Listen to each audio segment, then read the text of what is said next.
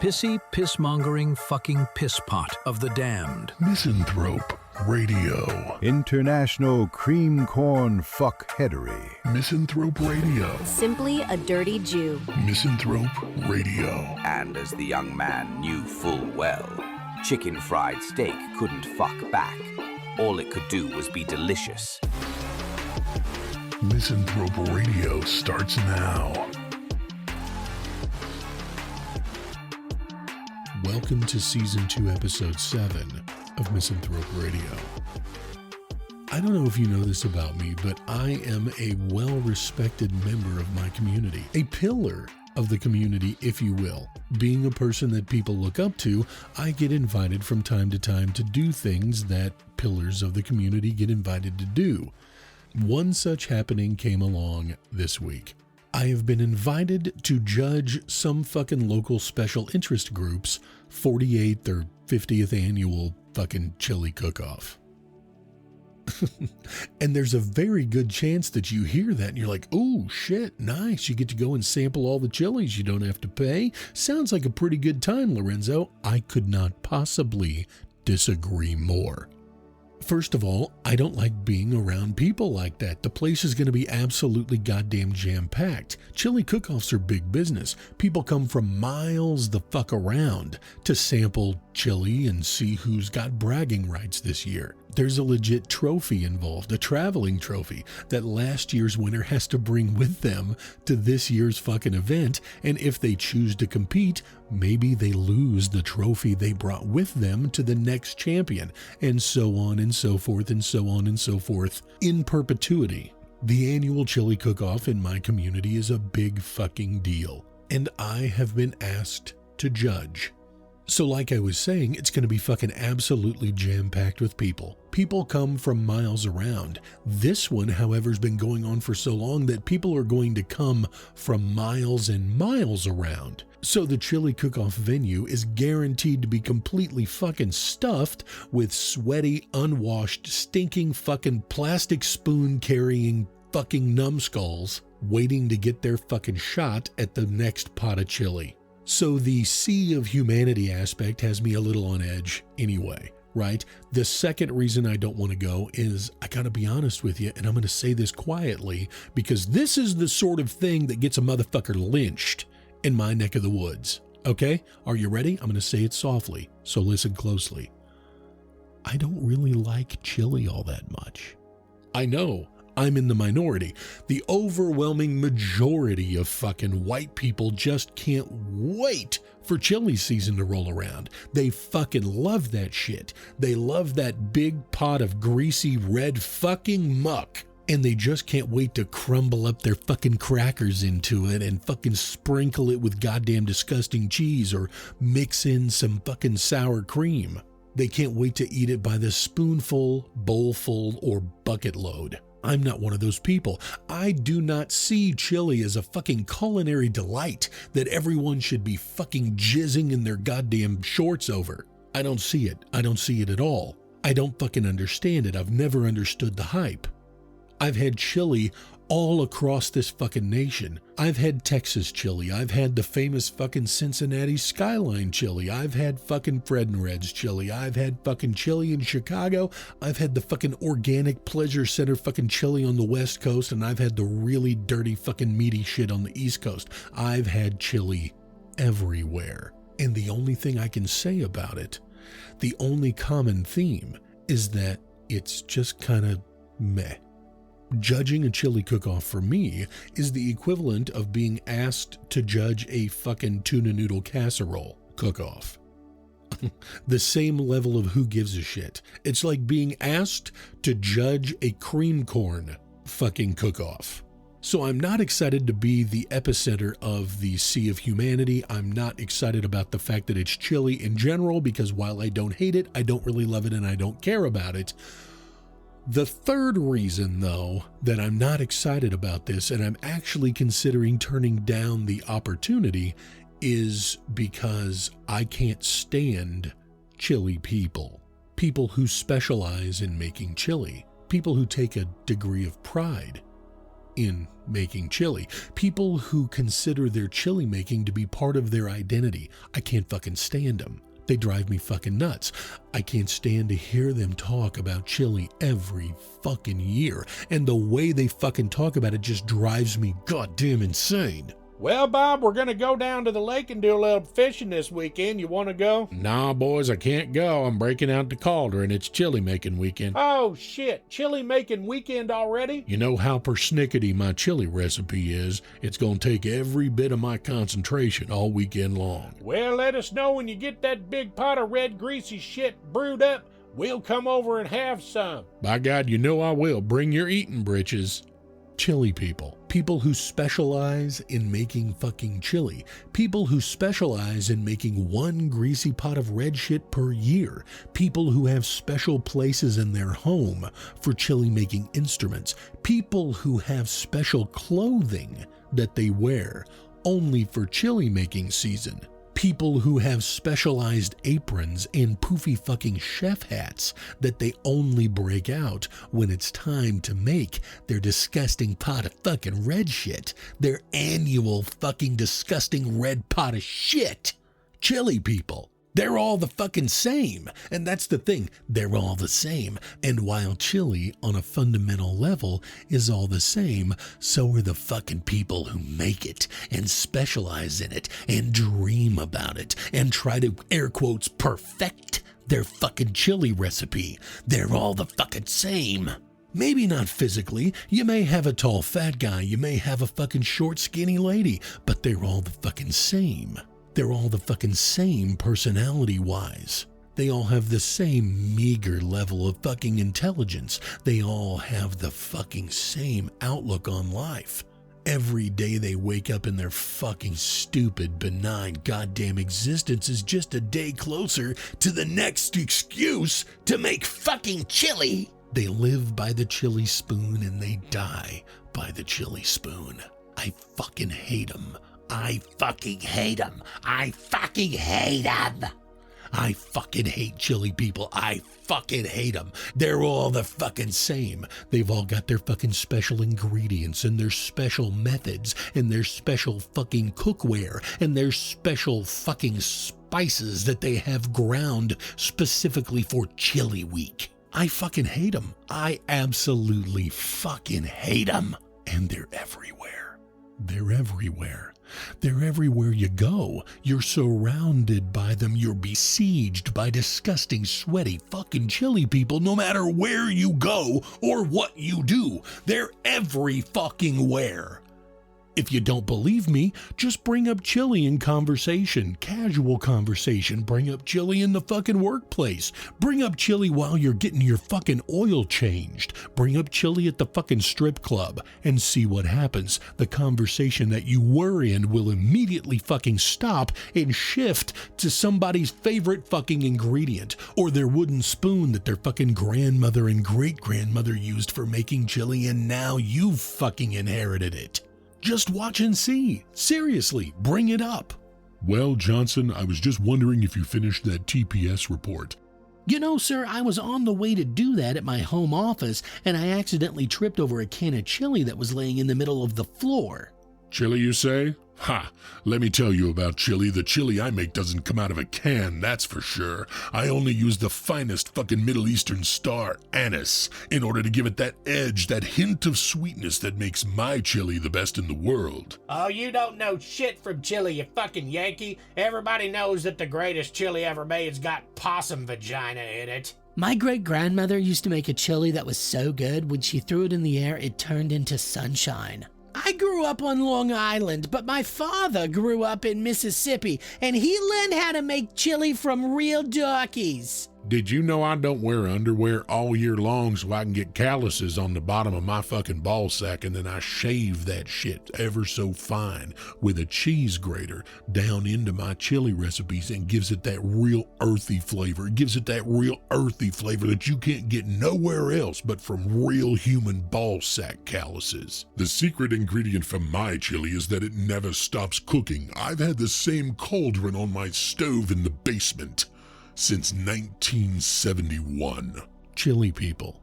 They're all the fucking same. They all have some kind of fucking special recipe, or they have some kind of special technique, or they have some kind of special ingredient that makes their chili just a little bit better than everyone else's. No, I don't want to fucking judge the chili cook-off. I don't want to be around all the fucking people, the sweaty, disgusting, fucking sleeveless, goddamn flannel-wearing fucking people.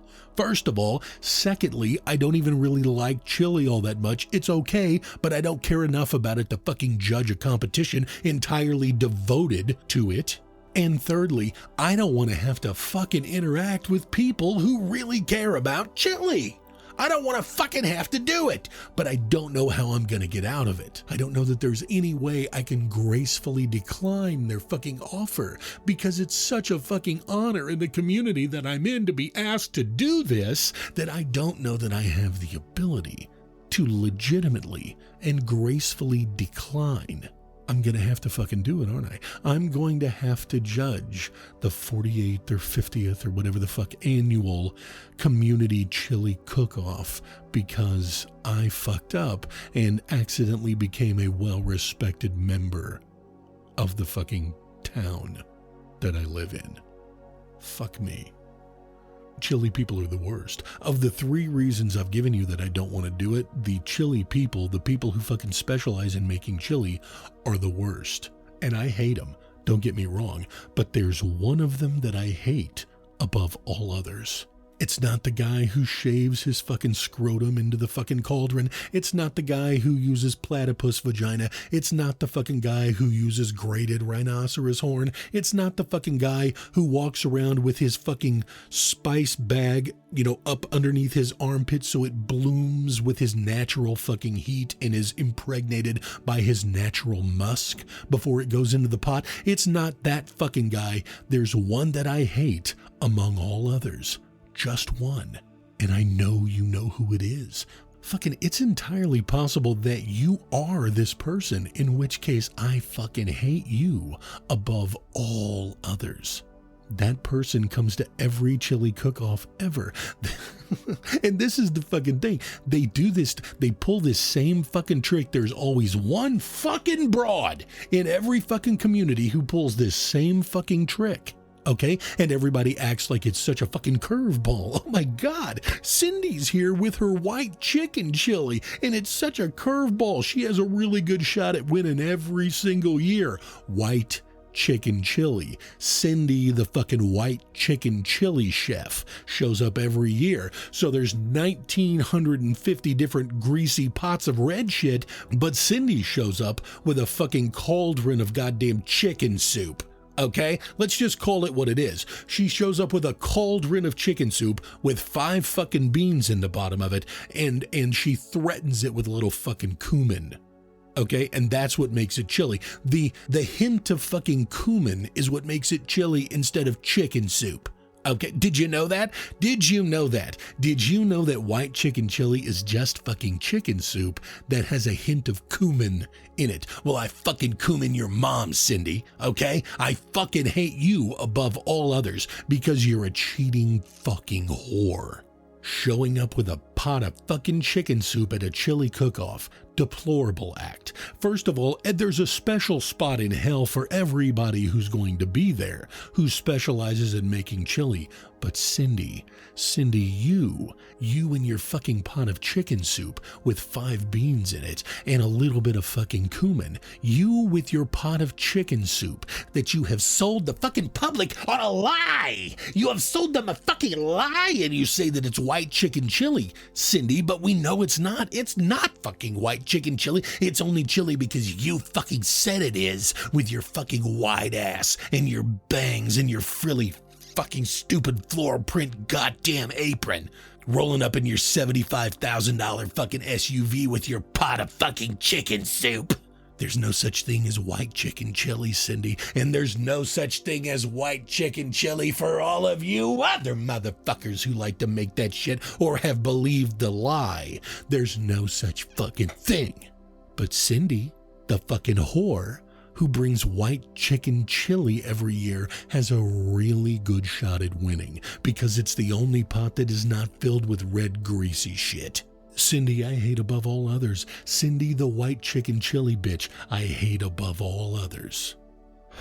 I don't think there's any fucking way I can judge this chili cook-off. Can you imagine what a fucking nightmare it's going to be? I'm not talking about my fucking mental health either. I'm talking about how can you put me, someone who fucking not only hates everyone and being around people and fucking doesn't even really like chili all that much, in charge of judging a fucking event that is directly devoted to the making of some fucking shit that I don't really care about.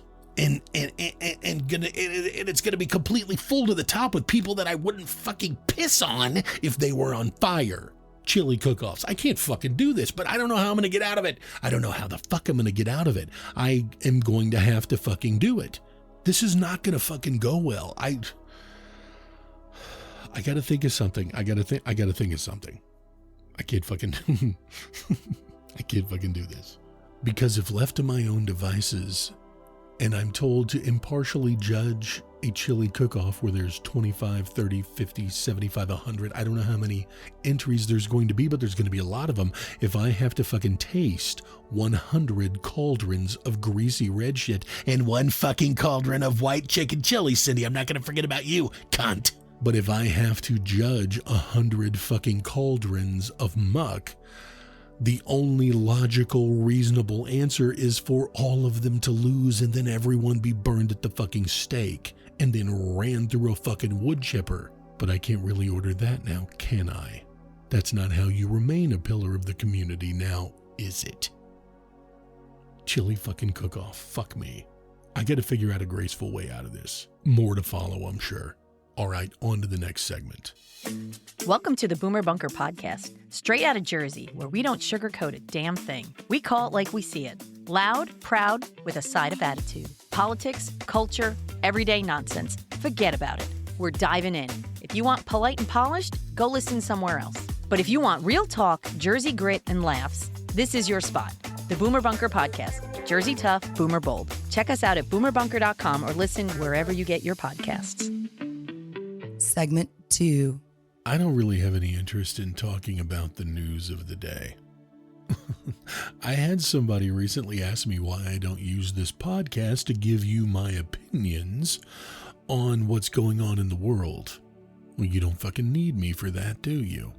That's one of the things I've really stayed strong about in reference to Misanthrope Radio. This isn't that you're not coming to me for the news of the day. I prefer to talk about ridiculous shit, stuff that doesn't matter to anybody in the grand scheme of things, like getting asked to judge a chili cook-off and all the reasons why it would be a fucking horrible idea for me to do that. However, I say all that to say this. Occasionally I have thoughts about specific social issues that I feel the need to weigh in on. I don't know why. In this case, I do know why. What I want to talk about right now is racism and the label of racist. That's what I want to talk about in this segment. My personal feelings on the matter are that the term racist is being thrown out way too often and way too liberally. The term racist is being applied to people in ways that is absolutely inappropriate. For example, when I was coming up all those years ago, if there was some chick who came out on TV or in a magazine and said she does not date men of a different race because she wants her kids to look like her someday, she would not have been labeled a racist. They would have said that that's her personal preference and people could shake their heads if they wanted to. However, nowadays, if a lady comes out and says that she does not date men of a different race because she wants her kids to look like her, she's a fucking racist. And I think that that is an inappropriate use of that term. Maybe we've forgotten what being a racist actually is, but I don't think that's what it is. And I don't think you think that that's what it is either. I think deep down, we all know it's not racism. Of course it's not. It's a personal preference. We had it right all those years ago. But somewhere along the way, a group of people figured out that if you fucking call somebody a racist, they're going to stop doing whatever you don't want them to be doing. Or they're at the very least going to shut up and go away. Being called a racist has been a social life and personal life and professional life killer for a very long time, and people are terrified to be fucking hung with that label. It's one of those few terrifying fucking things that you can get accused of, and it doesn't actually matter if there's any evidence to support it. You've been called a racist, and that's what you are. Welcome to unemployment. Welcome to no social life. And I've noticed with the youth coming up today, anytime you mention anything about an ethnic group, a race, a religion other than yours, the word racist flies out of their mouth almost immediately, like it's a pre-programmed response. So I was rolling all that over in my mind. The pre-programmed response among today's youth, combined with the fact that being labeled a racist is a fucking career and personal life, social life killer. And I was debating on whether or not I really wanted to tackle this social issue. It's not really in my wheelhouse. I tell dick jokes and fucking tell funny stories and stuff like that. I rarely get serious. But the more I thought about it, the more I thought that people are misusing the term racist. And I think on some level there are people who are purposely misusing the term racist because they know, like I said, it's a showstopper. The quickest way to get somebody to fuck off out of your face and crawl back in whatever fucking hole they came from and to stop giving opposing viewpoints publicly is to label them a fucking racist. Because they know, now that they've been labeled a racist, if they don't fucking stop, they're gonna lose their jobs, they're gonna lose their family, they're gonna lose their fucking social life, they're gonna lose all their fucking prospects. It's one of the quickest ways to get canceled. So I think that there's a group of people out there, hell, maybe even a fairly large percentage of the people that you hear utter the word racist on a fucking daily basis, who know that it's a fucking showstopper, and they understand on a fundamental level that they're using the term improperly. If you're one of those people who fall into that category, fuck you, I'm not talking to you right now. What I'm getting ready to do here is not for you, because what you're doing nefariously. What I'm getting ready to do here, I'm doing for the youth of Western society who have been programmed to think that anytime someone of a certain race comments on someone of another race, that it's racism. What I'm going to do here today is illustrate in a very Misanthrope Radio fashion the difference between using your powers of deduction and racism. That's what we're going to do here today on this segment of Misanthrope Radio. Ah, wonderful! A real Mexican. Janet, walk up to his El Camino, knock gently on the window, now's your opportunity. Ask him where the nearest taqueria is. Oh my God, Joe, that is so fucking racist. Stop the vignette. What you just heard there was an interaction between Joe and Janet. Joe pointed out what he infers to be a gentleman of Latin origin based on context clues, and told Janet now is her opportunity to ask him where the nearest place to get real Mexican tacos is. Janet immediately whirled on him and called him a racist. Let's see how Joe handles the rest of this interaction. Janet, what the fuck are you talking about? I'm not a racist. Let's use our fucking powers of deduction here. That is a vintage El Camino painted candy apple red slammed to the ground with hydraulics and absolutely stunning rims. He has a chain steering wheel and giant fuzzy dice hanging from the rear view mirror. My powers of deduction tell me that that is probably a Mexican. Let's find out. Excuse me, sir. Elevato, what's happening? We were wondering where the nearest taqueria is. Oh, fuck yeah, bro. 3 blocks down. Try the fucking tongue. Thank you, sir, and we will be on our way.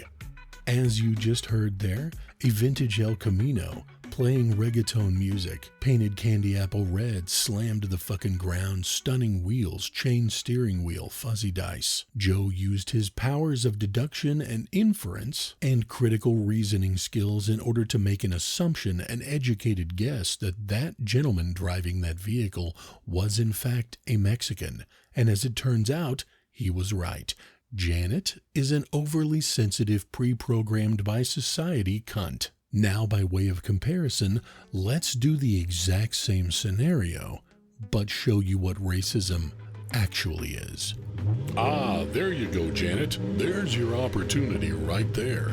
There's a dirty goddamn fucking wetback Mexican right over there in that El Camino. Of course it's a fucking El Camino. A Chevy El Camino. Do you know why Mexicans like Chevrolets? Because they can actually say the fucking word. You're never gonna see a Mexican in a Ford, because when they try to say Ford, it comes out like Ford. Oh my God, Joe, that is so fucking racist. No, don't step out in the road. He's probably got his bandana pulled down low enough over his eyes to where he can't even fucking see in front of him. Fucking cholo fuck. Hey, Pablo, get your ass back across the border before I call ICE, you fucking piece of shit. Fucking beaner motherfucker. In this particular scenario, the label of racist would be absolutely appropriate for Joe's conduct. Joe obviously has a problem with people of Hispanic origin. And calling Joe a fucking racist would absolutely make sense here. Do you see the difference? The first scenario, he made an inference based on what he saw, that the gentleman driving the fucking vehicle was going to be a Mexican. In the second scenario, while making the same inference, he went on to tell Janet what he thinks of Mexicans and then fucking proceeded to tell the Mexican to get back across the fucking river. Let's do another scenario. This is fun. All right, Johnson, good candidate. Bring up the next resume. Okay, sir, this is David Schwartz from Long Island, New York. He has a master's degree in accounting. When he's not at school, he helps out in his parents' jewelry store. Ah, I see. We have a Jewish applicant. Sir, that's fucking racist. Is it though? Is it actually racist to point out that someone is most likely a Jew? I don't think it is. The boss here in this vignette is using his context clues and powers of deduction. He has perceived, based on the fact that the guy's last name is Schwartz, he comes from Long Island, New York, and he works in his parents' jewelry store, that he is most likely a Jew. Now let's check back into the conference room and see if the rest of this conversation careens over the edge into racism. Oh, Johnson, it is not racist to infer that the man is probably one of God's chosen people. His name is Schwartz, for fuck's sake, and he works in his parents' jewelry store. He has a master's degree in accounting, for Christ's sake. He couldn't appear more Jewish on this fucking page if his name was Hebe Goldstein. There was always eventually going to be a fucking Jew apply for one of these jobs. We'll have to start buying kosher toilet paper, I'm sure. Call him up, go ahead, get him in here for an interview. I guarantee his nose is fucking enormous. You know why Jews have large noses, Johnson? Sir! Because the fucking air is free. As you heard, the line was crossed. We crossed from using the power of inference and context clues and the powers of deduction into racism. Part 1, using powers of deduction. Part 2 of that vignette careened over the cliff and fell into the chasm of racism.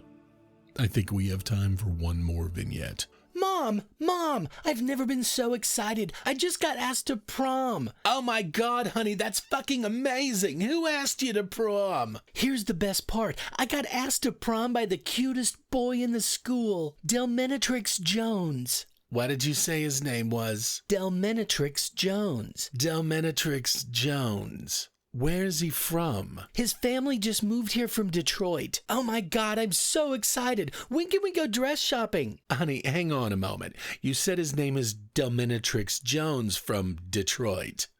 Mom, what are you trying to say? What I'm saying, dear, is that it appears you've been asked to prom by a black man. Mom, that's racist. Stop the vignette. Delmenatrix Jones, I think is what she said his name was.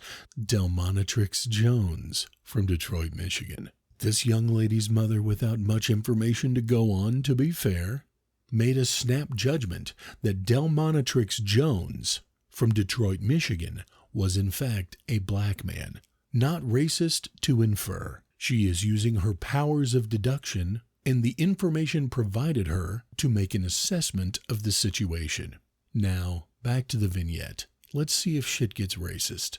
You know, honey, for 200 generations, 200 probably, I'm not a genealogist here, but 200 generations, it's been whites marrying the whites, all back through our family tree. White man and white woman and white man, begat, all the way down to you.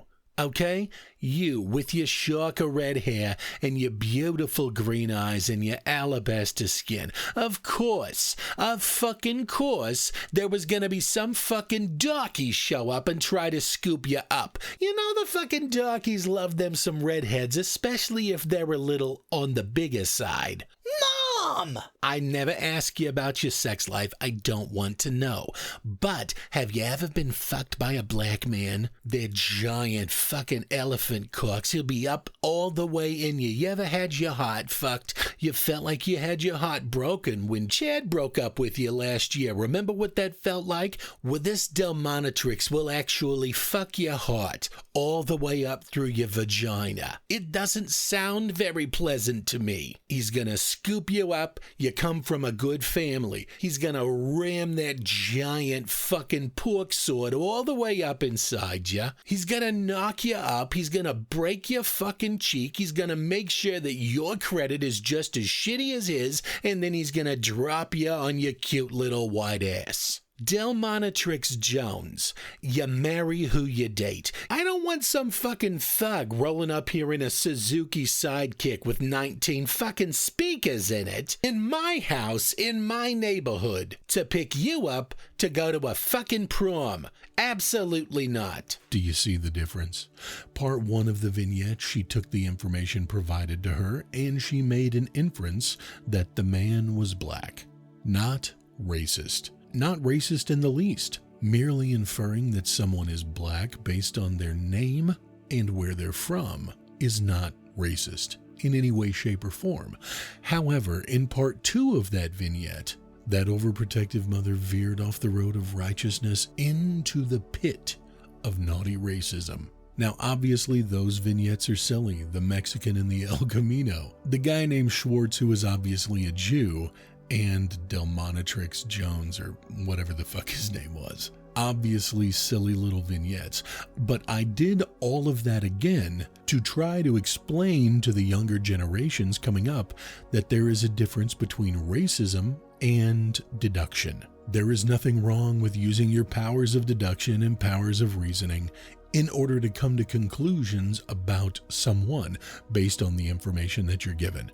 There's nothing racist about that in any way. I hope I also gave a fairly good definition of what to look out for when you're trying to call someone a racist, or if you think that racist shit is happening. Not everything everybody says is fucking racist, okay? And you know, it's fucking interesting. One of the things I hear people say all the time is everybody's so fucking sensitive. Everybody's so fucking sensitive. Everybody's so quick to get offended. But that's what they've been taught. That's the environment they've been brought up in.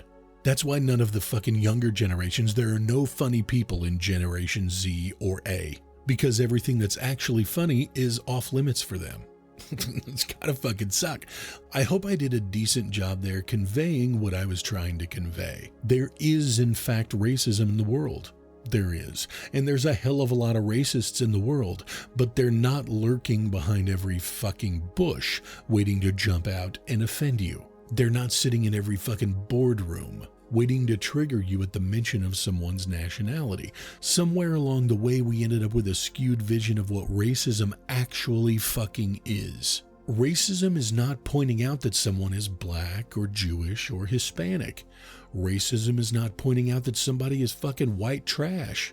Being a racist used to mean, I fucking hate you because of the color of your skin or where you're from, and I want you to fucking die, even though you and your people have done nothing to me and or us. That's actual racism. And more often than not, that's not what's actually fucking happening around you. So I'm going to say it on behalf of everyone who actually has a sense of humor, stop being so fucking offended all the time. Thank you for joining me for this episode of Misanthrope Radio. Leave a review, blah, blah, blah, blah, blah, on whatever fucking platform you use. Tell a friend, but only fucking cool people. Don't bring me people who are going to get offended and be weird.